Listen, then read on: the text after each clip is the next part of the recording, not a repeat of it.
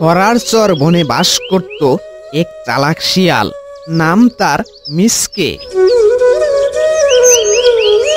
একদিন খাবার খোঁজার জন্য জঙ্গলের উদ্দেশ্যে বের হলো মিসকে শিয়াল, কিন্তু বাড়ি থেকে বের হতেই বাঘের সঙ্গে দেখা হয়ে গেল। এদিকে খিদে মেটানোর আশায় বেচারা বাঘ শিয়ালের কাছে এগিয়ে আসলো।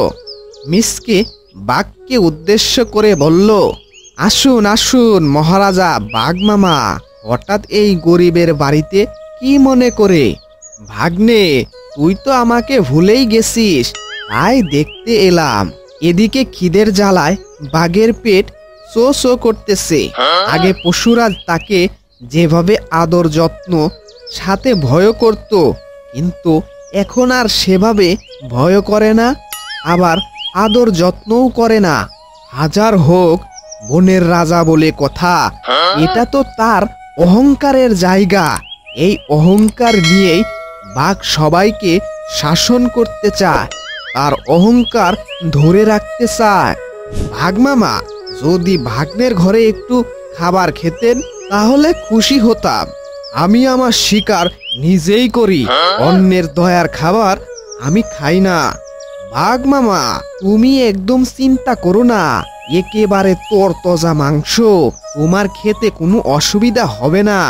এ কথা শুনে বাঘ তো মনে মনে মহা খুশি। তারপর বাঘ বলল, আচ্ছা ভাগ্নে, তুই যেহেতু এত করে বলতেছিস, আমি কি আর না করতে পারি? হাজার হোক তুই আমার ভাগ্নে বলে কথা, ওর কথা তো আর ফেলে দিতে পারি না।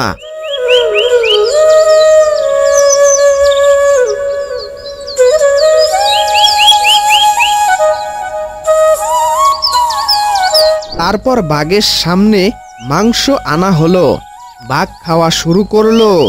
শিয়াল চুপ করে বাঘের খাওয়া দেখতে লাগলো। বাঘ তাড়াতাড়ি মাংস চিবিয়ে খাচ্ছিল, তাই মিসকে বলল, বাঘ মামা আস্তে আস্তে খান, এত তাড়াতাড়ি খেলে মাংস হজম হবে না, তাছাড়া আপনি অসুস্থ হয়ে যেতে পারেন। জানিস ভাগ্নে, টাটকা মাংস আমার খুব প্রিয়, আর তুই যে আমার প্রতি যে ভালোবাসা আর সম্মান দেখালি, ওর সম্মান আর ভালোবাসা দেখি আমি মুগ্ধ হয়ে গেছি। তাই আমি ঠিক করেছি প্রতিদিন তোর সঙ্গে একবার করে দেখা করব।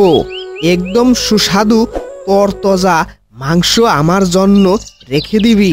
তুই তো আমার একমাত্র ভাগ্নে, আমার জন্য এতটুক করতেই পারিস। মিসকে বুঝতে পারল বাঘ তার সঙ্গে চালাকি করেছে। এটা বুঝতে পেরেও মিসকে বাঘকে কিছু বলল না।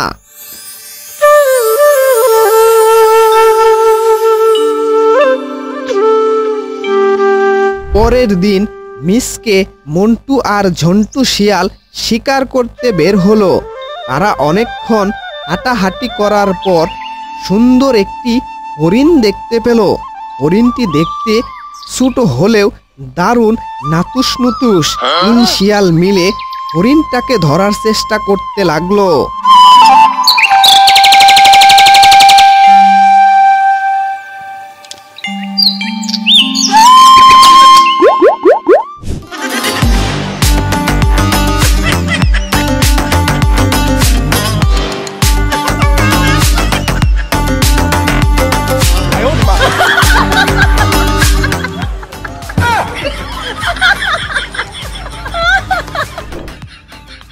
কিছুক্ষণ দৌড়াদৌড়ি করার পর মিসকে শিয়ালরা হরিণটিকে ধরে ফেলল। তারপর তিন শিয়াল হরিণটিকে নিয়ে মিসকের বাড়ির দিকে যেতে থাকলো। এদিকে মিসকের বাড়িতে বাঘ এসে দাঁড়িয়ে আছে। শিয়ালদের কাছে হরিণ দেখে বাঘ বলল, ভাগ্নে এসেছিস, এত বড় হরিণ শিকার করেছিস তোরা? বড্ড খিদে পেয়েছে, আমার পেট তো অনেক বড়, 3 ভাগের 2 ভাগ আমাকে দে, আর তোদের পেট তো ছোট, 1 ভাগ তোদের জন্য রাখ, কারণ আমি এই বনের রাজা। তাছাড়া তোরা আমার ভাগ্নে, ভাগ্নের কাছে মামা তো এতটুক দাবি করতেই পারে। মিসকে, মন্টু আর ঝন্টু বাঘের মাংস ভাগের কথা শুনে মনে মনে প্রচণ্ড রাগান্বিত হলো। কি বলবে কিছুই মাথায় আসতেছে না তাদের। তাই তারা বাঘের কথা মতো 2 ভাগ মাংসই বাঘ মামাকে দিল আর আফসোস করতে লাগলো। মিসকে মনে মনে ভাবলো, আমি এত কষ্ট করে খাবার আনবো আর বাঘ এসে খাবার খাবে, এটা তো কিছুতেই মেনে নেওয়া যায় না। মিসকের মাথায় একটা বুদ্ধি এলো। সে চালাকি করে অনেক খাবার জমা করতে লাগলো। মিসকে খাবার জমা করতে পেরে খুব খুশি, কারণ কিছুদিন তার আর খাবারের খুঁজে বের হতে হবে না। এবার একটু আরাম করে বসে বসে খেতে পারবে।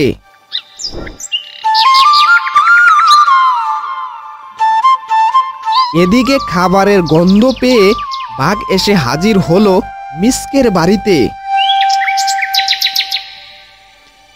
ভাগ্নে, ওর বাড়িতে এত সুন্দর খাবারের গন্ধ পাওয়া যাচ্ছে, তাড়াতাড়ি আমার ভাগটা দে তো। বাঘের মুখে এ কথা শুনে মিসকে চালাকি করে বলল, বাঘ মামা, দুঃখের কথা কি বলবো, এই বনে তোমার মতো দেখতে এক বাঘ এসেছে। সে নিজেকে এই বনের রাজা ঘোষণা করেছে, তাই সে তোমার সব খাবার কেড়ে নিয়ে চলে গেছে। বলিস কি, আমি বনের রানিং রাজা বেঁচে থাকতে অন্য কেউ রাজা দাবি করেছে? এটা তো কোনোভাবেই মাইনে নেওয়া যায় না। রাজা দাবি করার বাঘটা এখন কোথায় জানোস কিছু?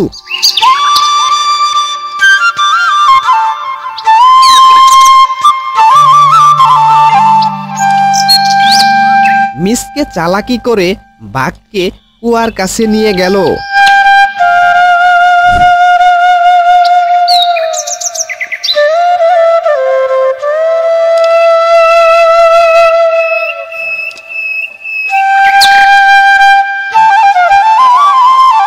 আর বলল সে কুয়ার ভিতরে আছে।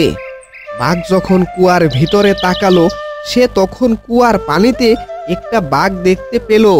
কুয়ার পানিতে সে নিজেই নিজেকে দেখতে পাচ্ছে, কিন্তু বোকা বাঘ কোনোভাবেই বুঝতে পারল না। তাই সে কুয়ার ভিতরে লাফ দিল। তারপর সে বুঝতে পারল কুয়ার ভিতরে অন্য কোনো বাঘ নেই। মিসকে তার সাথে চালাকি করেছে। বোকা বাঘ কুয়ার ভিতর থেকে ওঠার অনেক চেষ্টা করলো, কিন্তু বোকা বাঘ কুয়ার ভিতর থেকে উঠতে পারল না। মিসকের বুদ্ধিতে বাঘ কুয়ার ভিতর আটকা পড়ে গেল। তাই মিসকে খুশিতে নাচতে শুরু করে দিল।